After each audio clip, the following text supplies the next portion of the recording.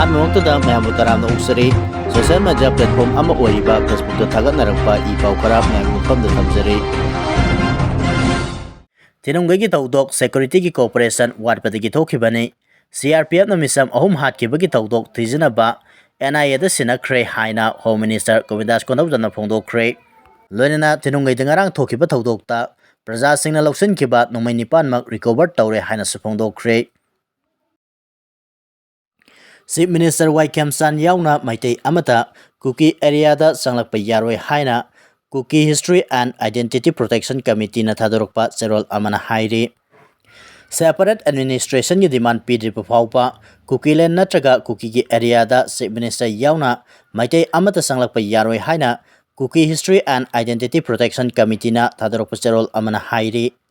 Cherol asana makata na hai India government na separate Kuki state natraga Union Territory pidriba phawba Chuchampur, Fairjol, Chandel, Tenopal amasung Kangpopi district yauna Kuki len natraga Kuki area singda Chief Minister Yumnam Khemsan yauna Meitei gi organization natraga lanai mioi amata changlakpa yaroi Hauzik leiriba buffer zone asi yauna Kuki gi boundary yauna history identity yauna makogi pari puri gi oiba lam amasung political rights sing sapsana ngak senuna amadi Hairiba fundamental issues sing asigi matangda kariguma makal amatagi compromise tawroi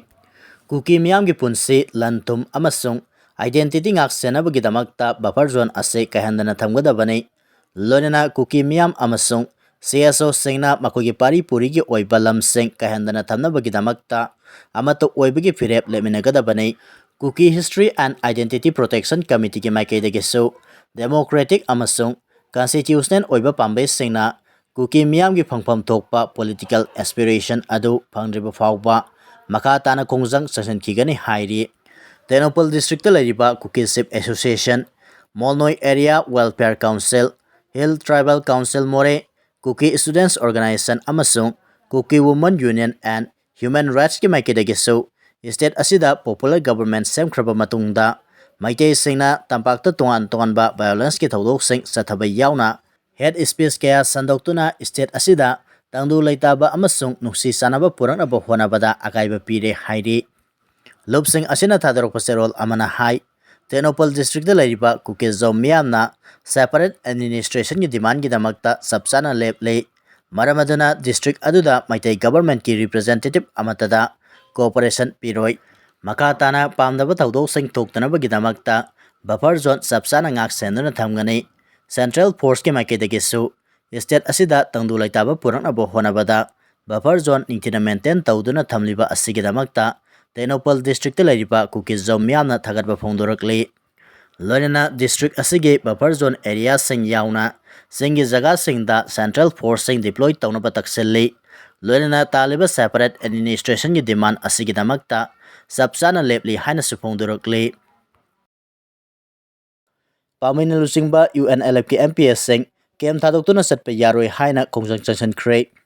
Pambeina luchingba UNLF ki lanmi sanglup MPA gi hauze Imphal East ki nongsum amasung Imphal West ki phayengda lairiba kem sing thadokuna satpa yaroi haina ngasi mafam dugi miyamna lambi thattuna akanba kongjang chanshankhrei Pambeina luchingba UNLF ki MPA ki lanmi sing adana nongsum kem thadokuna thoklakpada yamlaba miyamna lambi thattuna Kukina hatuna sigadabagi sarukpudi nakoina oina aikoi bahalam laga satko haina lambi asi thachinduna thamki miyamgi maikaidagi mafam adu Kukina pungkoi koiselaga laiba jaga oibana kariguma makoina satkrabadi kudong thiba thokadabana MP ki lanmi sing nongsum kemta adumak lengdana laigadabani haina taksanki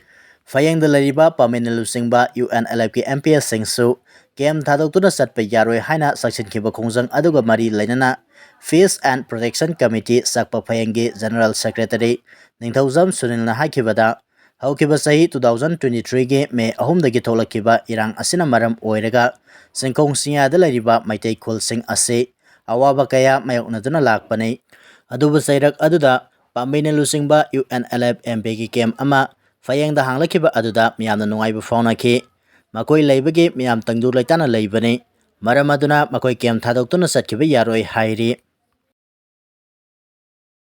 Security Force laina Kuki militants singna Imphal ukrul lambida hingsagi thawong sing satare haina CWC na phongdorakli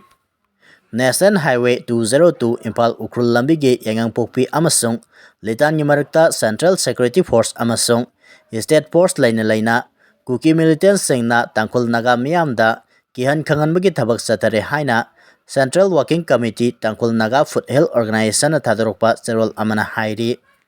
serol asina makatana hai ngarang April 13 ayupum mapalom taba matamda Yangangpokpi amasung Litan anigi marakta laiba Mahadevada Security Force laina Yangangpokpi dagi Litan tamna security na escort tawraga puduna lakiba civilian kambu ama Kuki militants singna kihan kanganbagi thawong sataki thawdo asigi matung nungtil pung taruk lom taba matamdasu Litan lom dagi lakpa ambulance amada Kuki militants singna Nongmei round mangarom kapsilaki asiguma misam miyamgi punsida kihan kanganba amasung hingsagi thawong sing sathaba ase human right norms ke mayoktanei Kuki militants singna sathaba thawong sing asina maram oirega Ukrul amasung Kamjong district samnariba lifeline ase paralyzed oire misam miyam sing sathok sasan tawba nomagi tangai phadaba polam sing putok pusin tawba amasung emergency service sing da sauna akaiba pire maram aduna hingsagi thawong satariba kangbu sing ase Mari Suba Mahar Regiment amasung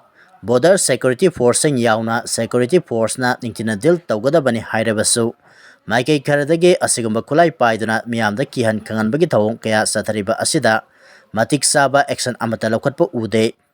asigumba thawdok sing asida neutrality laina tabak pakhatpa mathau tai hairadana government asina national highway paralyzed tawduna miyamda awa saitheng kaya piriba ase kayam kuina yahan kigadoribano haina hangladuna National Highway 202 asida pre-movement lehana bataksilakle